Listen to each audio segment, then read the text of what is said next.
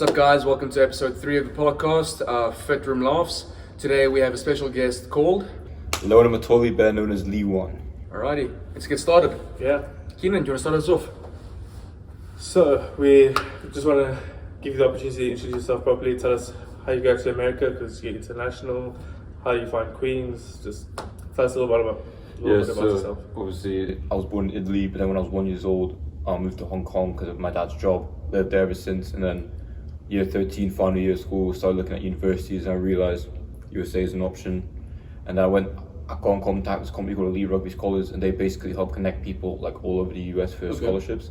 So I went through them. I went through like interviews, a bunch of different schools, and then I decided on Queens.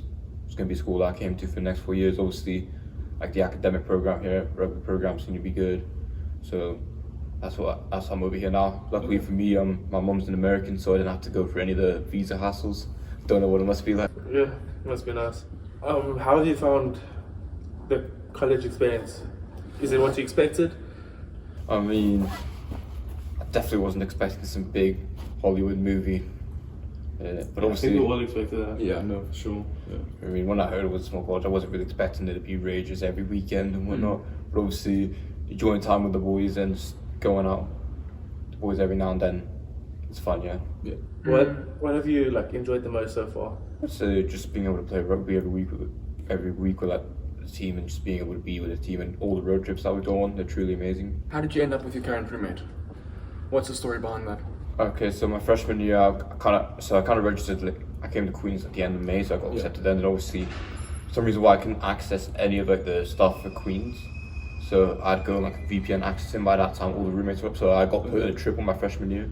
The guy on the lacrosse team, he moved back to Canada now. And he's working in construction. All right. That's been nice. He's making bank apparently. Yeah, mad money. Yeah. And then my other roommate is a guy named Barrett, one of my closest mates here at Queens. He lives like down the road now. He grew up in Charlotte, probably one of my best mates that I've made here. Truly amazing. So obviously, end of my freshman year is kind of moving into different rooms, and obviously this guy down the hall was on the wrestling team, pretty chill guy.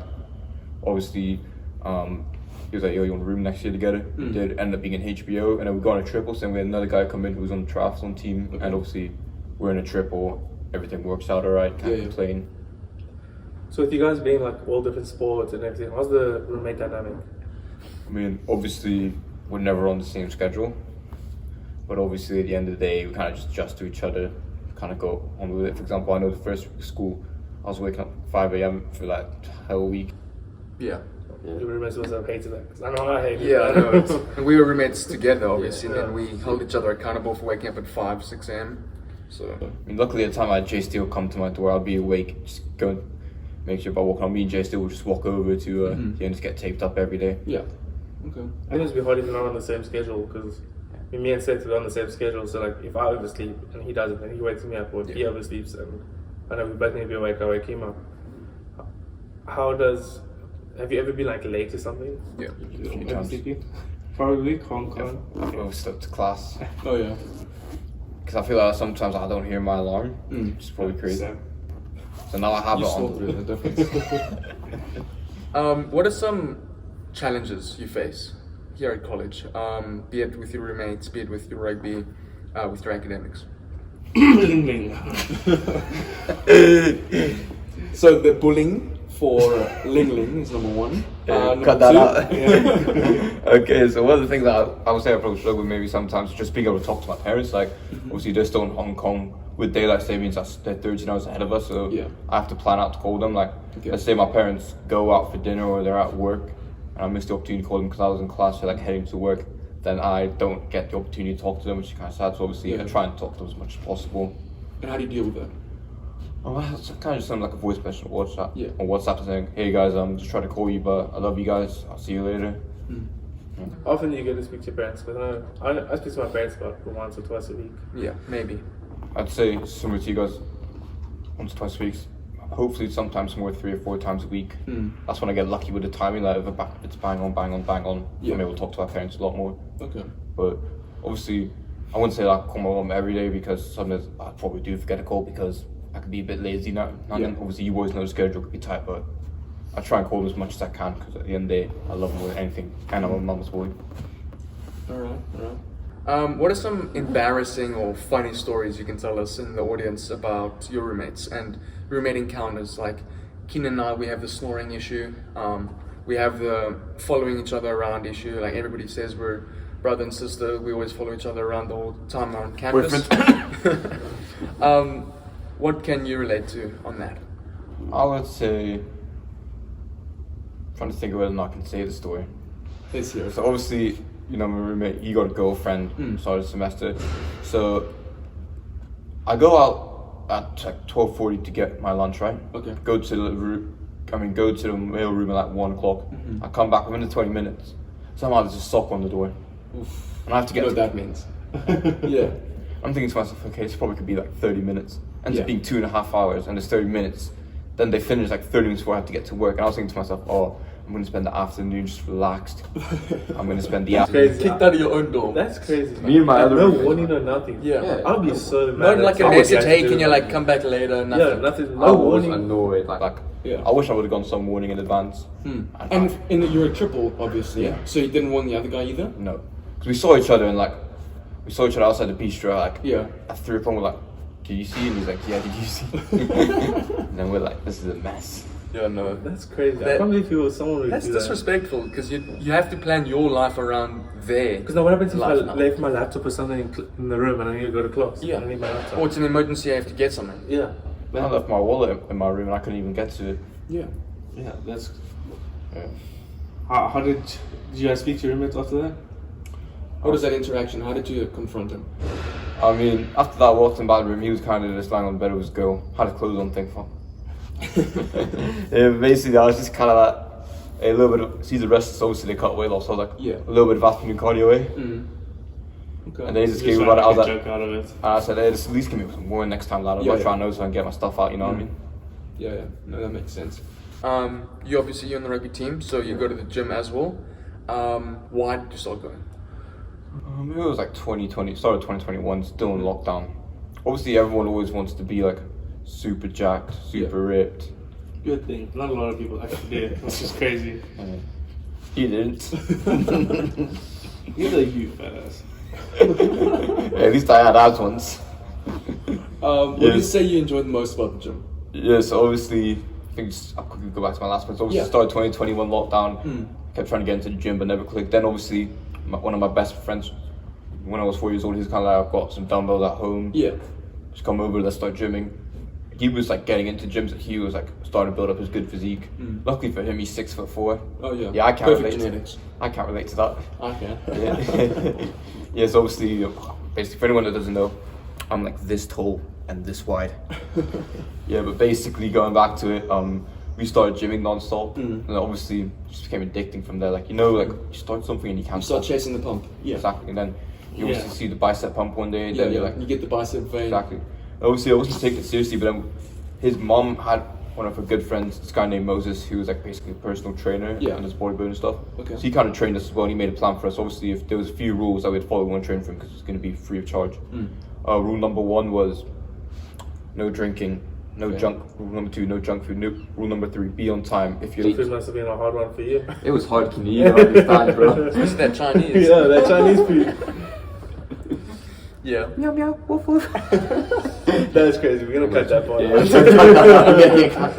Yeah, so obviously just after that, kind of started obviously still trying to get serious into it some days. I remember one day it was like, so we kind of did weighted day, then the body weight day, weight day, body weight day, weight day, body weight day, and Okay. then form of push pull leg. So obviously it was a body weight push day, and I just saw push ups. So I thought, okay, this is gonna be easy, but we had to do like all this time stuff, and I remember thinking to myself, it was getting painful. Yeah.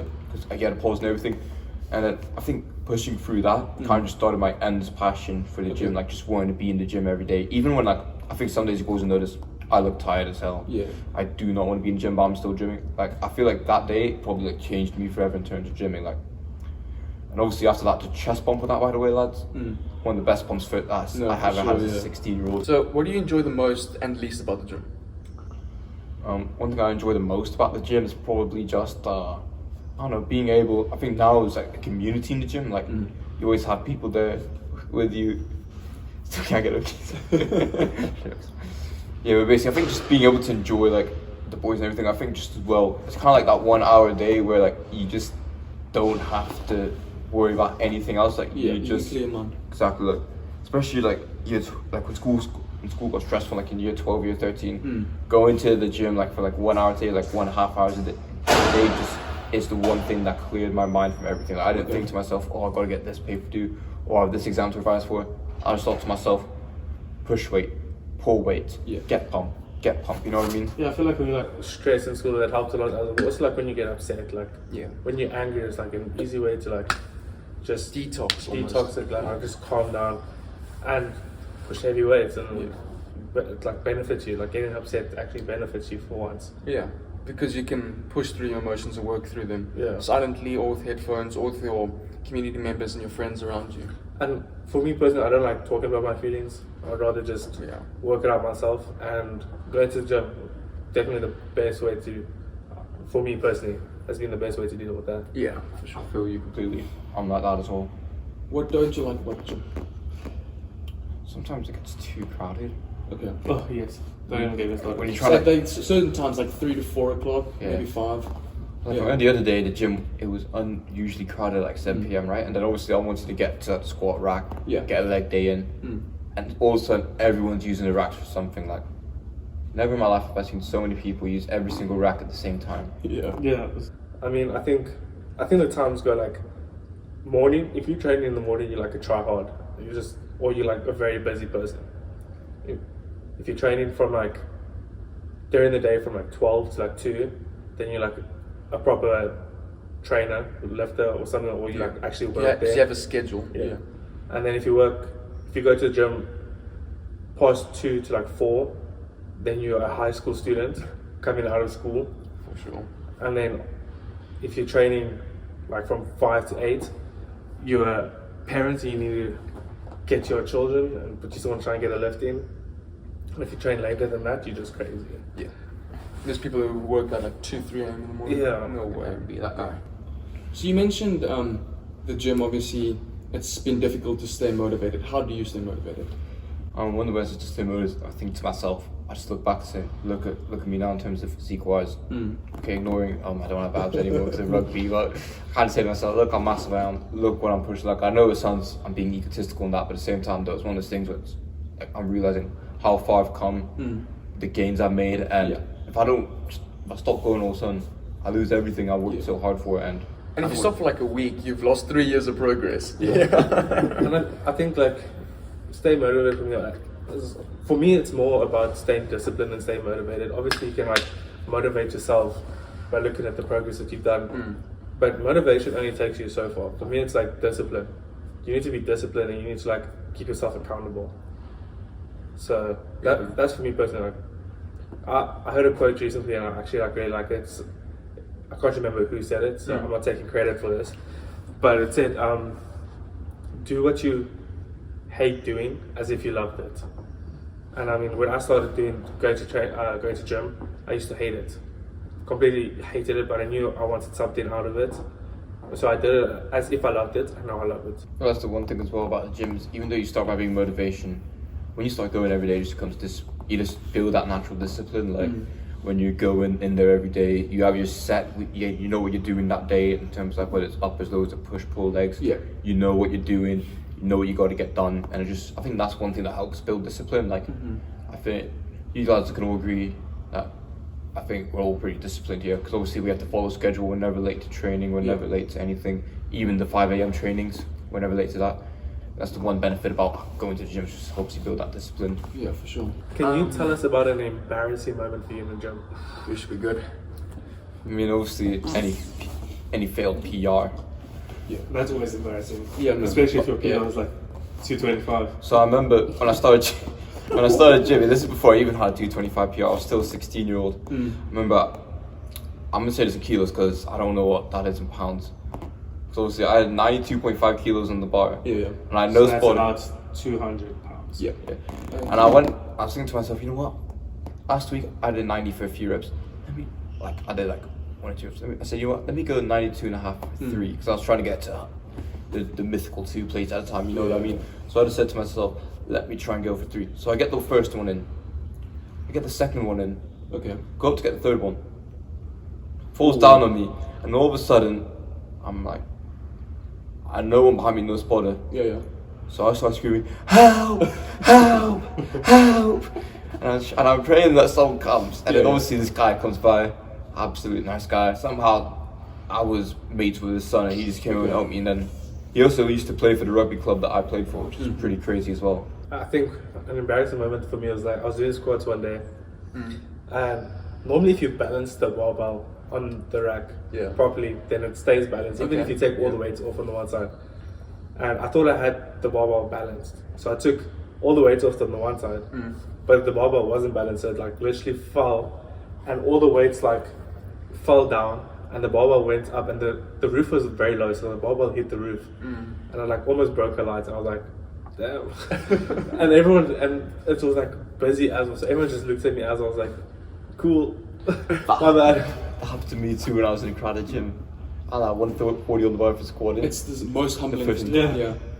I took all 3 of the plates off. I was kind of like, oh no. Because normally, like, you can take all 3 plates, because I don't like going one plate, walk to the other side, one plate, walk to the other side, one plate. So I just take everything off, and normally it like just stays there. But this one time I just didn't.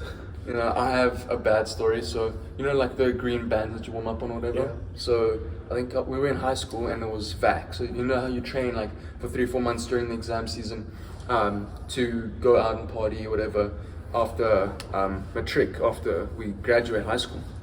So I'm like warming up with a band or whatever, and the 2 guys who've been training for and gymming for like 2-3 years now, they're doing like a PR on squat.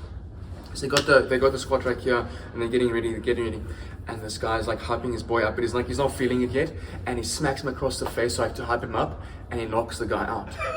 But like knocks the guy out, he falls like he's got the weight, and he goes like it was like a Looney Tunes show. He goes like this, whoa, straight, like head first. Thank goodness like the plates were like really really big because they like protected him and not like falling on his neck. The thing just fucking rolls, and just rolls like that, like a movie, and I'm like, what is happening? We had to call 911, or what is in South Africa, 10111 or something like that. Paramedics had to come out, had to make sure he was okay. He had a red mark on his face like this. It was the funniest thing. I'm gonna do that to Seth. I'm gonna do that to Seth next time. That was mad, bro. Seth, PR. Yeah, he goes like this, and he just as slow motion, he just goes straight, knocked out, sleeping. I've seen a video of like Larry Wheels doing that to someone. Really? He was slapping them and slapped him in the face and he like passed out. And Larry Wheels was like, damn. I would feel so bad though if I had knocked you out. I mean, if anyone gets smacked by Larry Wheels, they're probably dying. Yeah, no, their whole face is like plastic surgery. That's what's needed.